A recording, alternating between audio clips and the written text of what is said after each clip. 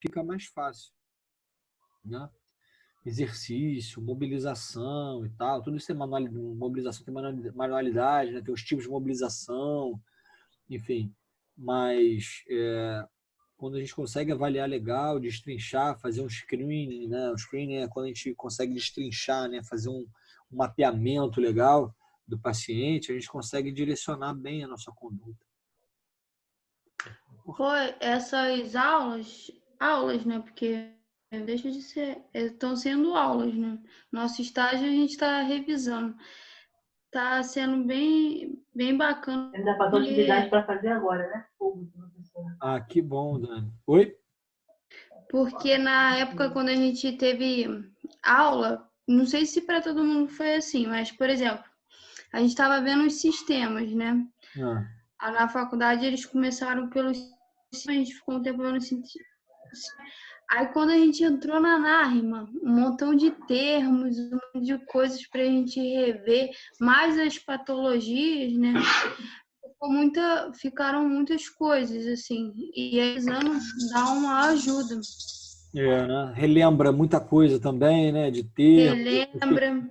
Ah, que bom. Muitas das patologias eram trabalhos e, por exemplo, o senhor já tem mais convivência, né? Um aluno não apresenta um trabalho igual apresenta. Tem algumas patologias que eu percebo que não dá tempo de passar, a gente apresenta o trabalho. Uhum. Aí, vamos supor, eu deixo muita coisa vaga que o professor chamar a atenção, né? O senhor já não, o senhor já fala dos testes e tudo, entendeu? Uhum. Uhum. Entendi. Você falou, quando vocês apresentam o trabalho sobre determinada patologia, apresentaram o trabalho sobre determinada patologia, ficava relativamente mais Vago. rasteiro, assim, né? Mais rasteiro um pouco, né? Isso. Mas isso é natural, Dani. E isso vocês vão adquirindo com o tempo também. Eu estou falando aqui, mas sim, tem pessoas que eu sigo, né? Eu tenho aula também. Óbvio, eu tenho aula. Ontem eu assisti uma aula, por exemplo, que até vale a pena vocês assistirem também, que fala de questionários, né? Então, eu assisti uma aula bem interessante. A gente tem dúvida, né? São pessoas, são pesquisadores, são professores, né? Então, a gente tem que aprender. A gente está sempre aprendendo, né? Não é porque eu sou profissional, já tenho tanto tempo de formado, que eu não tenho nada a aprender. Eu sempre tenho coisa a aprender e cada vez mais, né? Então, isso é uma coisa que também vai se desenvolvendo, né? Daqui a pouco você, quando tiver um trabalho para apresentar, já vai apresentar melhor, e assim sucessivamente, né? Até o final da faculdade. Vocês começam a ter um pouco mais de contato também, com acesso a artigo, com montar raciocínio clínico. Então, acaba que vocês ficam mais acurados, mais aguçados nisso aí. Isso é natural. Isso é natural. Sim, por exemplo, a traumatologia foi a primeira matéria que nós tivemos da área mesmo, entendeu? Por isso Sim. que foi, E é muita coisa, tiveram, cara. muita Ortopedia, coisa. muita coisa. Tem muita coisa. O Mas bom é que a gente está sempre utilizando essa área, né? A é, gente vê. de certa forma, sim, né? A gente vai usar aí para o paciente que está lá acamado também, né? Está no CTI, ou está no ambulatório, hospitalizado, né? Então, de uma certa forma, a gente vai usar a cinesiologia, né? Pensando em cinesiologia, a gente vai usar para tudo, né? Uhum. Ortopedia, traumato-ortopedia já são as afecções, né? As doenças e tal relacionadas com ortopedia, né? Com o sistema musculoesquelético, né? Bora lá, pessoal, vamos lá. Vamos lá que a noite é uma criança. Todos bem? Tudo bem? Vamos seguindo? Então, a gente estava falando aqui em relação ao tratamento cirúrgico e tratamento conservador. Vocês conseguiram entender? Não que não possa indicar um paciente, mas a gente vai ter que entender, a gente vai ter que entender que paciente é esse. Quando a gente fala de atleta, a gente já coloca uma pulguinha atrás da orelha para poder saber o grau da lesão, a gravidade da lesão, né? Quando eu falo de cirurgia, pessoal, é grau 3, tá? Grau 1 e grau 2 é tratamento conservador, cara. Não dá pra gente pensar em cirurgia, não. Tá? Mas grau 3 a gente já pensa em cirurgia. Grau 2 só se for uma coisa muito extrema, assim mesmo. O cara tá com muita instabilidade, dor. Enfim, aí a gente vai vai pensar, mas mesmo assim vai tentar antes do tratamento conservador. Vitória, quer perguntar alguma coisa? Você colocou aqui, me chamou aqui no chat. Quero. Fala, Vitória. Em relação à escala de dor, Aham. Sim. eu não entendi muito bem. Pode explicar de novo? Então, a escala de dor é muito simples. A escala de dor é de 0 a 10. Né? A escala numérica de dor. Tem várias escalas. Escala visual, escala analógica, tem várias escalas. Essa escala que eu estou falando é a escala numérica. A gente vai pegar de 0, vai dar um papelzinho para o paciente, de 0 e vai dividir até 10. Tá?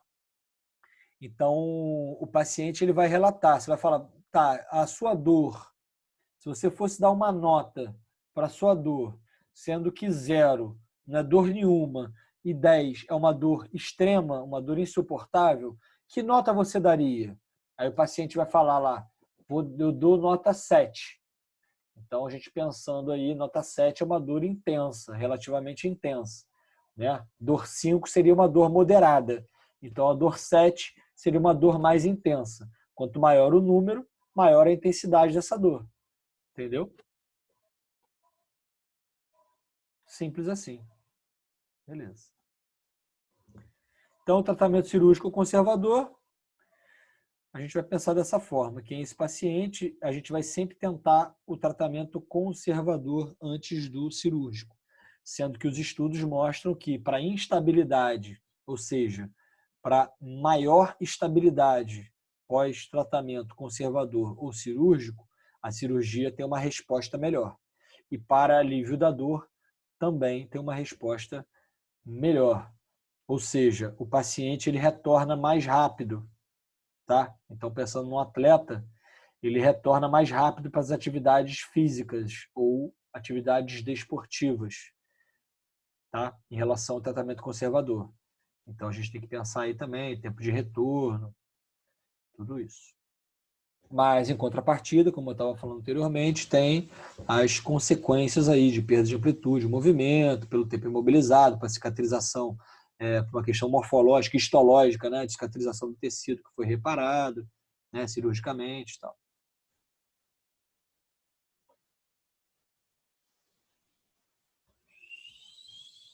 Opa, passei direto. Então, prognóstico, ou seja, prognóstico desse paciente. Alguns fatores vão influenciar negativamente para o prognóstico desse paciente, tá? Pós-entorse lateral do tornozelo. Né? Então, a gente tem, como a gente já está falando desde o início, aí, existe uma alta incidência de recorrência dessa lesão, né? De gerar uma instabilidade crônica do tornozelo.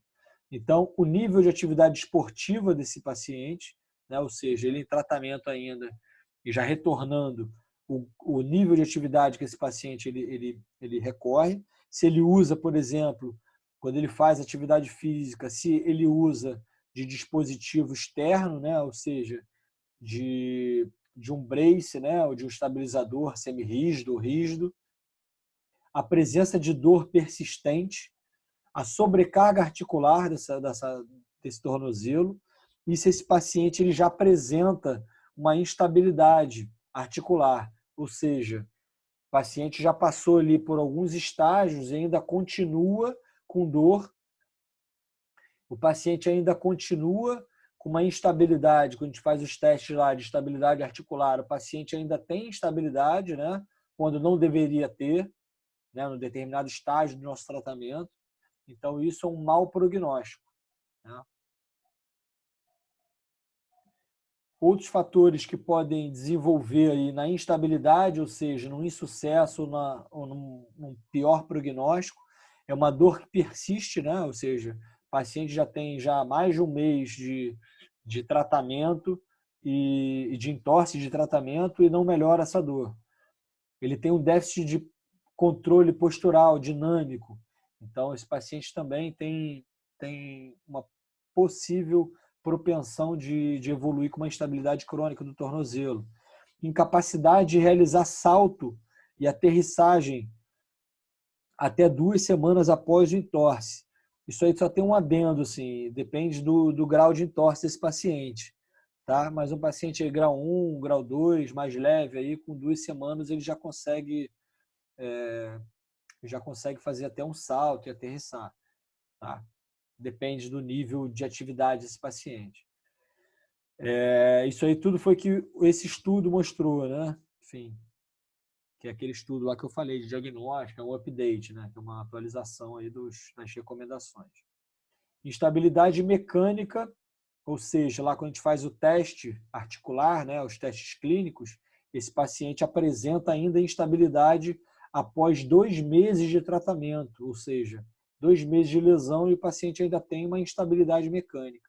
Então, esse paciente, possivelmente, ele tem um mau prognóstico para reabilitar e tem uma alta possibilidade de evoluir com uma instabilidade crônica do tornozelo.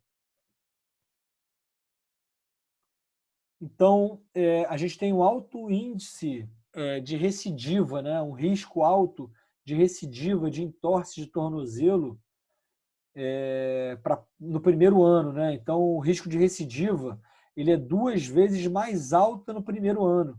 Então, o paciente teve uma entorse esse ano, então ele vai ter aí até 1 ano para poder evoluir com o tratamento, ou seja, o paciente até volta a trabalhar ou fazer atividade física, mas ele ainda tem 2 vezes mais risco de ter uma entorse do que um paciente que já teve uma entorse há mais de 2 anos.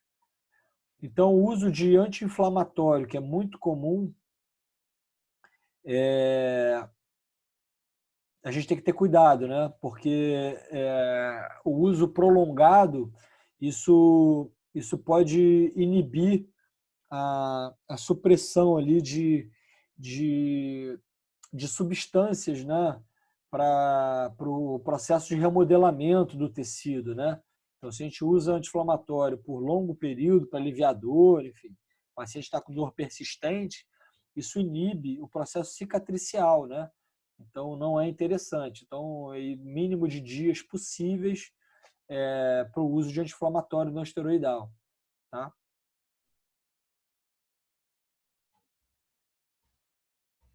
Beleza, pessoal? Entendido? Então, usar anti-inflamatório é o mínimo possível, que vai retardar aí o processo cicatricial da lesão tecidual, né? Da lesão, quando eu falo tecidual, é ligamentar. A gente precisa dar preferência a terapias mais ativas em relação às passivas, para variar um pouco, né? Tudo que a gente falou até agora, intervenções ativas, elas são superiores, né, às intervenções passivas. Isso não exclui a intervenção passiva. Tratamento cirúrgico só em caso de não responder ao tratamento completo conservador, baseado nos guias.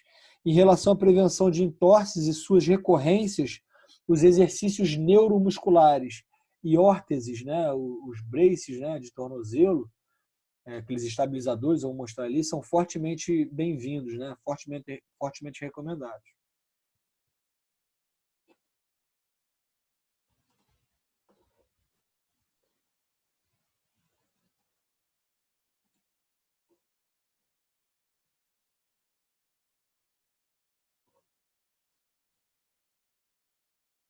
Tratamento fisioterapêutico.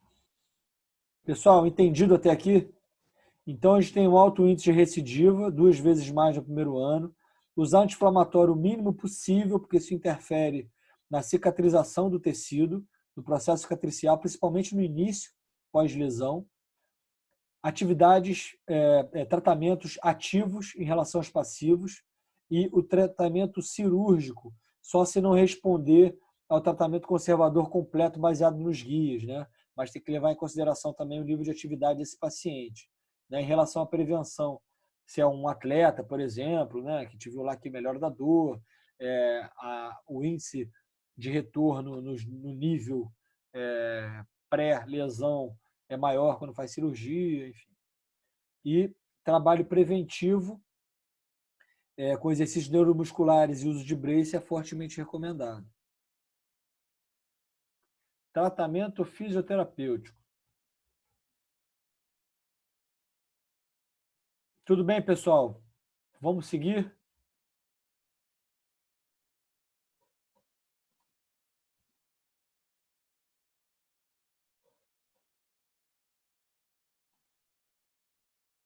Então, vamos lá. Então, o tratamento fisioterapêutico, eu dividi aqui em 4 fases, em 3 fases, basicamente. Eu botei 4 fases, eu botei 3. 4 fases. Beleza.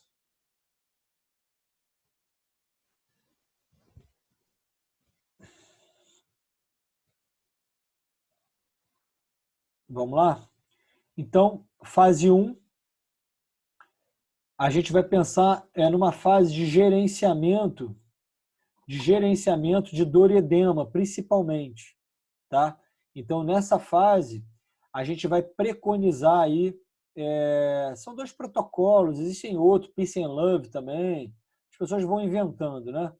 Mas esses 2 é que a gente vai ver mais aí na nossa prática clínica, aí, se a gente for ver os estudos aí, eles falam muito do Price, ou então não é nem Price, é Rice, que vai tirar a proteção aqui, ainda tem esse ainda, que eu esqueci de colocar, mas a gente vai pensar para esse paciente o Price, que seria proteção, então uso de recurso externo, de brace, né, de estabilizador externo, repouso, mas esse repouso é um repouso muito relativo, tá? Os estudos hoje mostram que a descarga de peso, quanto mais precoce para esse paciente, melhor, dentro das possibilidades do paciente, ou seja, respeitando o quadro doloroso.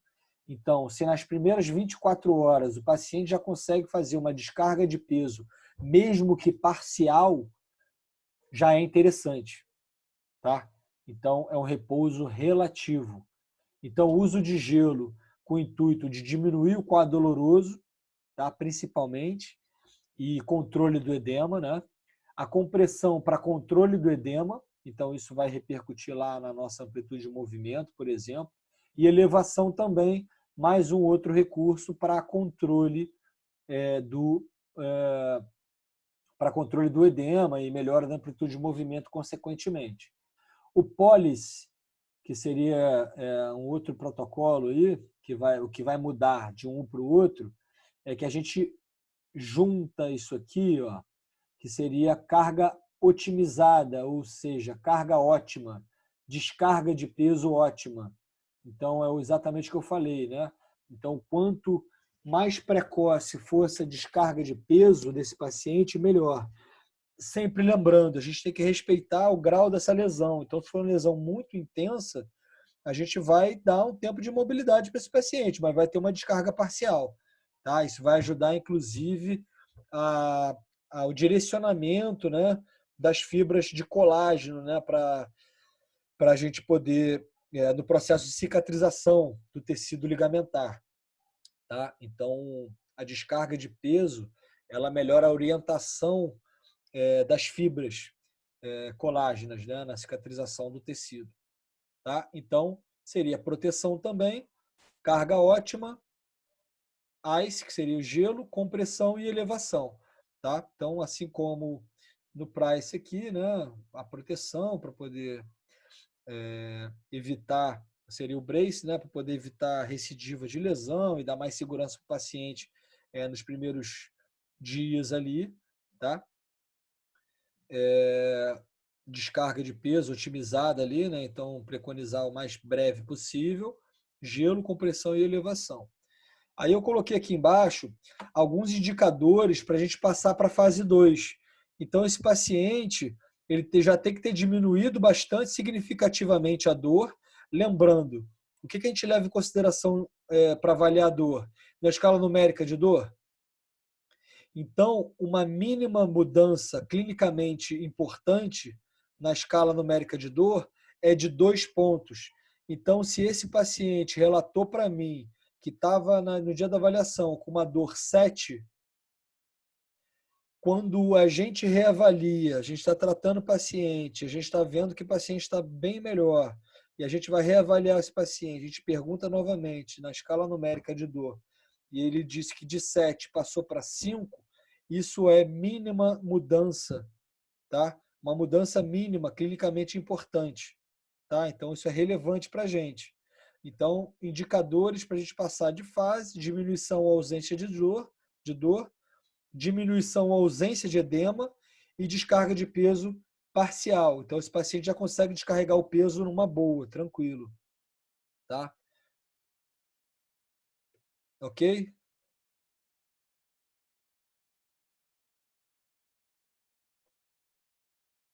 Posso passar?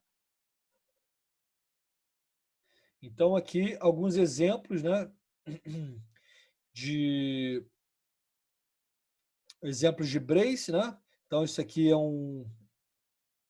aqui no caso, é um estabilizador, um imobilizador, melhor dizendo, do tornozelo. Então, a gente vai usar para os casos bem mais graves, onde há uma imobilidade do tornozelo total, né? O paciente não tem movimento nenhum do tornozelo.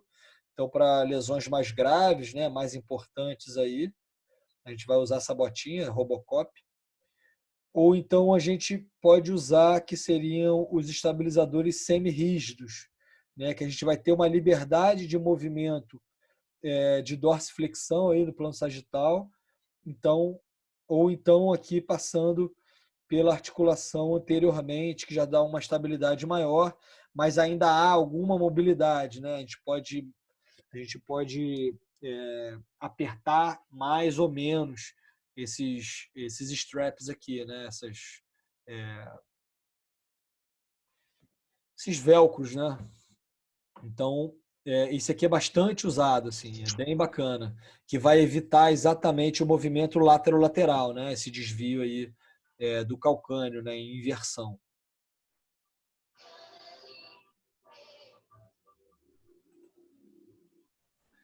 Beleza, pessoal? Então, a ideia aqui é a gente passar os braces, né? Que vão ser usados aí inicialmente para esse paciente.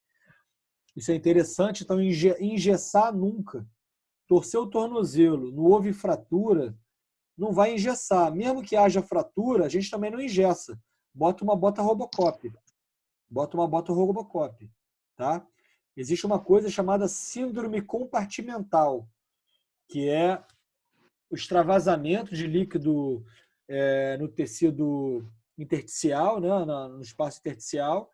Então, o edema, a gente engessa, aquilo ali não tem uma complacência, né? O gesso não tem complacência, começa a comprimir, começa a inchar mais, começa a ter uma síndrome compartimental, ou seja, diminui, faz uma oclusão vascular e pode levar a necrose, né? O paciente começa a ficar com a extremidade arroxeada, então não se usa mais gesso, né? A gente vai usar mesmo para os casos mais graves, vai usar aí uma bota Robocop. Aqui nessa foto aqui de cima, é só uma imagem aqui, o paciente está com gelo no tornozelo, com uma faixa para comprimir e com elevação. Elevação sempre lembrando, não adianta estar sentado com a perna em cima da cadeira. Elevação tem que ser acima da linha do tronco, em posição de drenagem. Tá? Então, o paciente evoluiu lá, diminuiu dor, diminuiu edema, já está com uma descarga de peso parcial, a gente já vai evoluir para a fase 2, onde a gente vai preconizar uma melhora da DM, já começar ganho de força e já otimizar uma descarga de peso completa, o paciente já poder deambular já sem dor e de uma forma sem ter sinais aí de antiálgicos, né? Então, aqui a gente vai direcionar o paciente a exercícios resistidos, funcionais, né? Então, para trabalhar a musculatura do tornozelo, principalmente a musculatura do compartimento lateral, né? Os fibulares, os músculos que fazem a eversão, né? Então, fortalecer toda a musculatura do tornozelo, da perna. Tem um estudo muito interessante que correlaciona fortalecimento de glúteo com estabilidade de tornozelo. Então, a musculatura proximal também ela deve ser trabalhada. Então, o paciente está com muita dor, a gente pode trabalhar a musculatura de quadril, de glúteo médio, glúteo máximo. Então, existe uma relação, uma correlação de estabilidade de membro inferior. Então, a gente pode começar, o paciente está com muita dor, a gente já pode começar precocemente o nosso trabalho de fortalecimento. Tá? Então, exercícios isotônicos com ênfase na fase excêntrica. Tá? Alongamento e flexibilidade a gente também vai trabalhar nesse momento, tá? E começar a implementar a mobilização articular, passiva e ativa assistida, assim como mobilização ativa também do paciente, tá? E começar a evoluir com descarga de peso. A hidroterapia ela é interessante nesse caso, tá? Para os pacientes aí, tem uma diminuição da sobrecarga articular, né? Uma liberdade maior de movimento, além além dos além dos das propriedades, né? Além das propriedades físicas da água aí, né? De melhora do retorno venoso, enfim, diminuição de edema. Então, parâmetros para passar para a próxima fase: melhora da ADM, ausência de dor e descarga de peso completa, tá? Descarga de peso completa.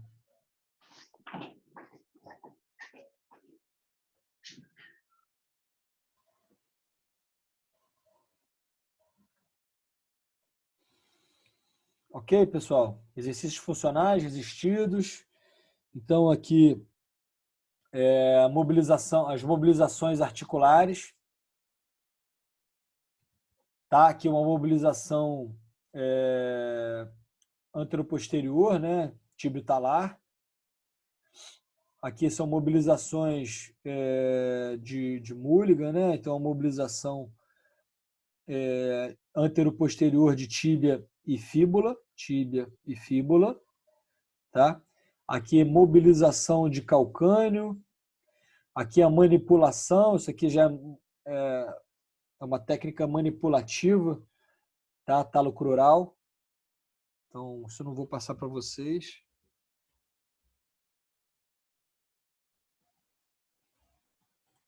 Mas eu vou tentar passar esse videozinho aqui.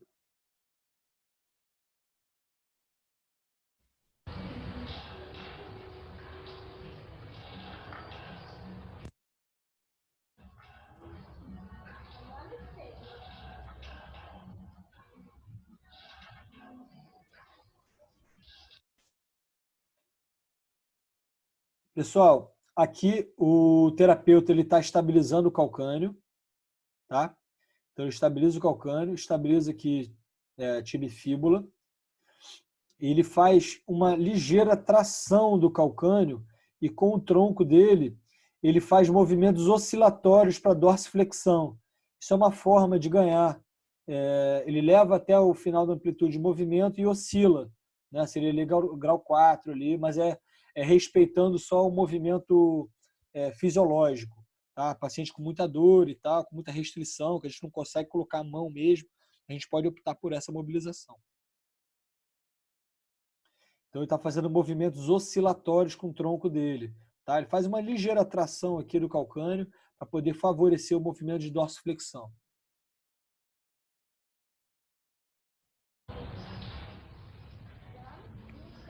Ô, professor,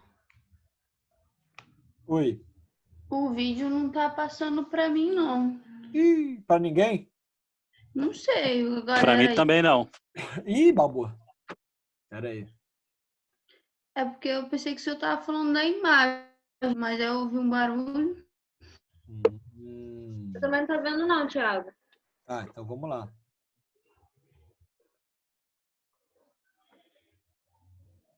E agora? Sim. Agora foi.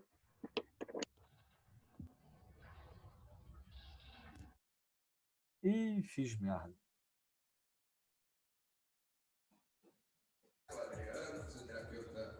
Rapaz.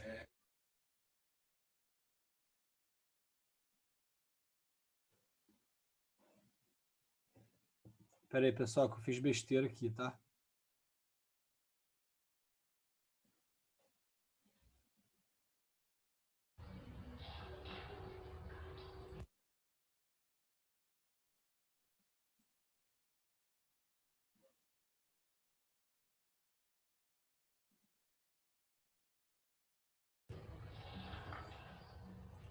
Vocês estão vendo? Sim, professor. Então, o terapeuta vai estabilizar ali distalmente. O calcâneo faz ligeira tração, ele estabiliza distalmente a perna, né, tibia e fíbula, e com o tronco dele ele faz movimentos oscilatórios no final da amplitude de movimento. Tá? Então, uma possibilidade de mobilização também, respeitando o movimento fisiológico de dorsiflexão. Eu vou deixar passar o vídeo, tá?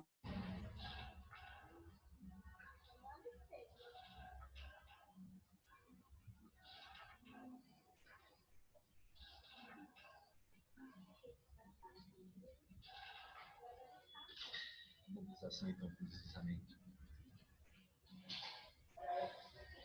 lateral. Calcâneo para lá.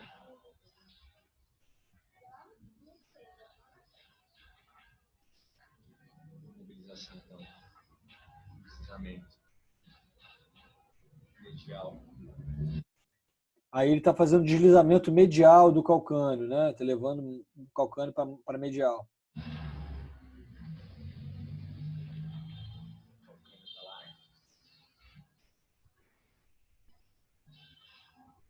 Particularmente, eu não faria, tá?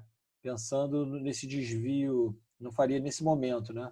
Quer dizer, também eu não faria no momento inicial, mas dependendo, assim, 2 semanas, 3 semanas, aí eu já faria isso aqui, muito por conta do desvio medial do calcâneo, tá? Existe um ligamento aqui que foi rompido, provavelmente, ou então o anterior, né? Mas há uma instabilidade de toda essa região do compartimento lateral.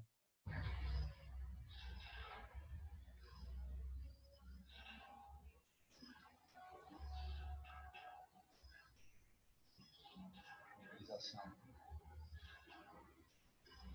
Deslizamento. AP. Então, aí uma mobilização antero-posterior, talo crural. Então, lembrando, mobilização, aqueles graus lá, grau 1, 2, 3, 4. Né? Então, a gente vai respeitar aí o paciente, a dor do paciente e o quanto de mobilidade que ele tem. Se a gente quer ganhar mobilidade, quer ganhar amplitude de movimento, grau 3 e grau 4. Melhora da dor, né? Controle de dor e de edema, grau 1 e grau 2. Legal. Time falar.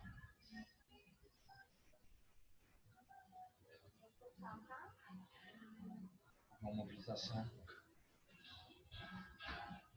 PA. Também PA. Também. Chibio. Tá lá.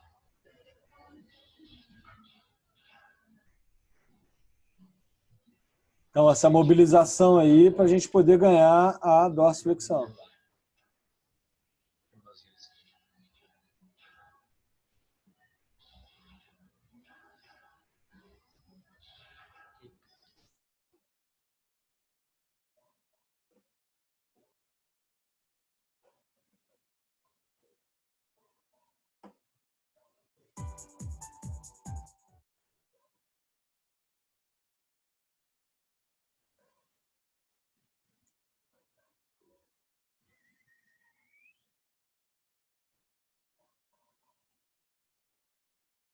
Beleza, pessoal? Então, algumas mobilizações aí da articulação do tornozelo.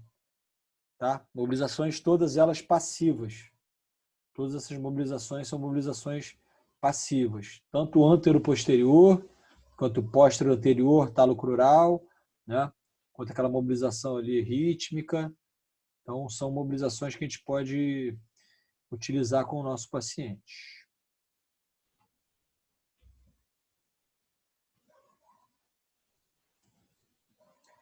Aqui são mobilizações do Mulligan, tá? Eu vou compartilhar os vídeos com vocês.